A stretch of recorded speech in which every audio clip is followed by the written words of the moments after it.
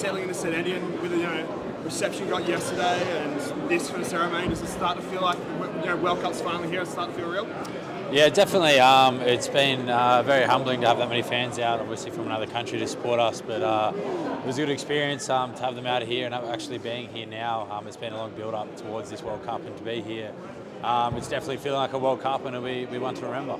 As reflecting on last week against France, in terms of an ideal build-up, probably not the result you wanted, but do you feel like you were still taking steps towards sort of playing your best come that Georgia game?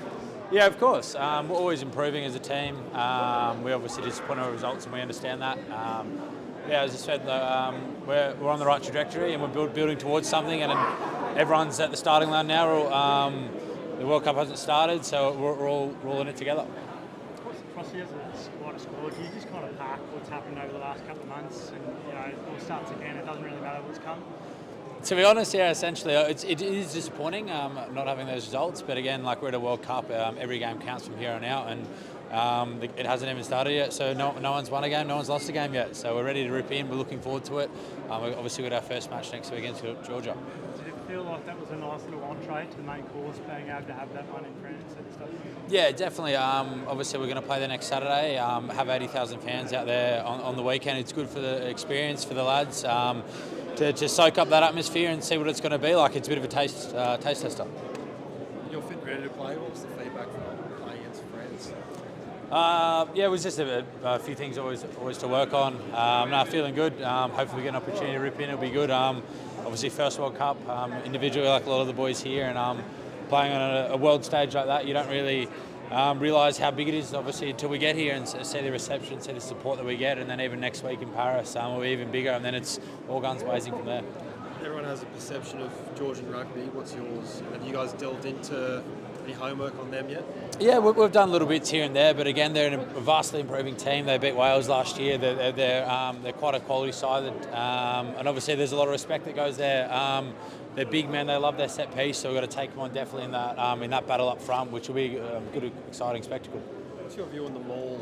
How that's tracking this year? Obviously, there's been a lot of work goes into that. Where do you think that's at, and how do you think that might progress throughout the tournament? We've had a few tough reviews ongoing, but especially after last weekend's performance. So definitely looking forward. We want to use it as a weapon. We do believe it can be a weapon, and as I said, we poked a few people in the chest, and we looked at ourselves and saw what we can do better. And then it's from here on out, it's around our intent, and it's loving them all.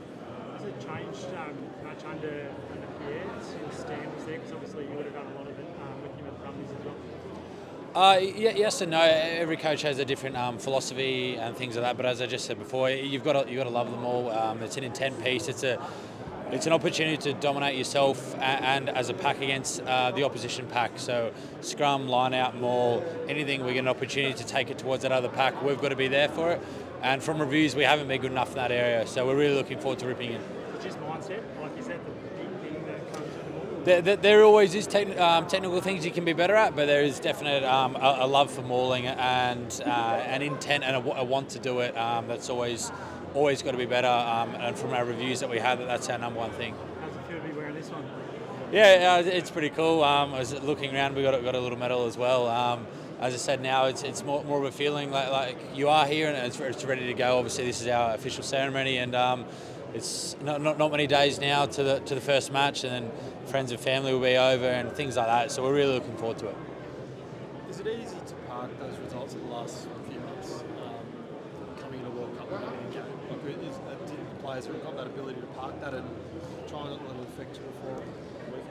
Yeah, definitely. Like we've always had that belief, regardless, always along. We said this after our first game against South Africa. We've said that after the second. So we'd always had that belief, and we know we're an improving team. That's got a lot of growth from us, and we understand that too. We understand where we're at, but from tracking, we are tracking the right direction. And as I said, we're all starting at the same starting line for this World Cup, and it's essentially knockout footy from here on out. So every game's important. We don't take any game for granted, and we're really looking forward to that. It's a great challenge for us. What do you make of the pool as a whole? And Fiji's result, obviously that throws a little spanner, maybe. Yeah, obviously the Fiji Rugby, it's a great result for them, and seeing them through Super Rugby and for the past few years playing as their team with the Drua, so they've been developing really well. So it's great for that nation. And again, it's always going to be tough. We've got Georgia this week. We've got Wales too, and obviously Portugal as well. It's as I said, each game is important. It's really, really important. And then when you get there, if you get there through the top two, from then on, it's you got to earn the right to play on that the next week. So it's just fronting up, giving it your best. Let's just ask as well, Johnny, it was a little while ago now, presented jerseys to you guys.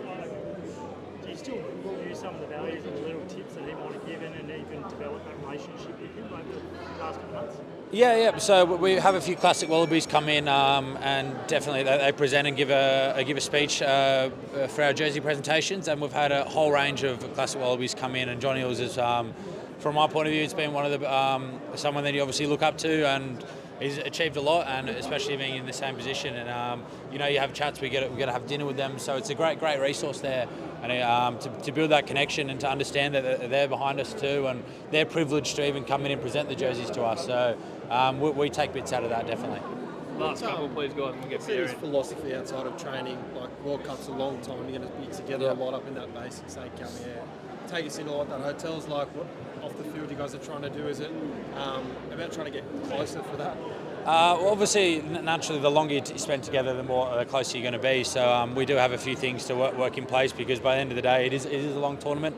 And again, you got to respect people's personal space, because you're around each other 24/7. But we are very privileged that the hotel / resort that we do have out there, it's got all the facilities we need. We've got a gym, we've got a sauna, we've got a spa.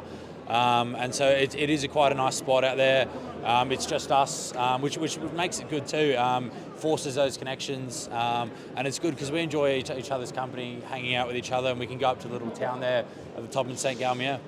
Is there anyone in the team who'd give those break dancers a run for their money on stage before? No, I don't think anyone. Oh, maybe Paddy Leota. He's probably the best one. Yeah. Nick, you were here last year with during that spring tour. You guys are based in Sydney, and coming back here, does it help just make you a bit more familiar and to simulate when you get into a World Cup like this? Yeah, definitely. It was good to have that experience last year, being in Europe and even playing at the Stade de France. But definitely familiarising yourself with this area. There's might be 15 or so of the players returning from that squad last year. So definitely just little things, know where to go, cafes, food spots, things like that. But again, it's a new chapter that we write in a new culture in here, and this is our group, and this is the World Cup group.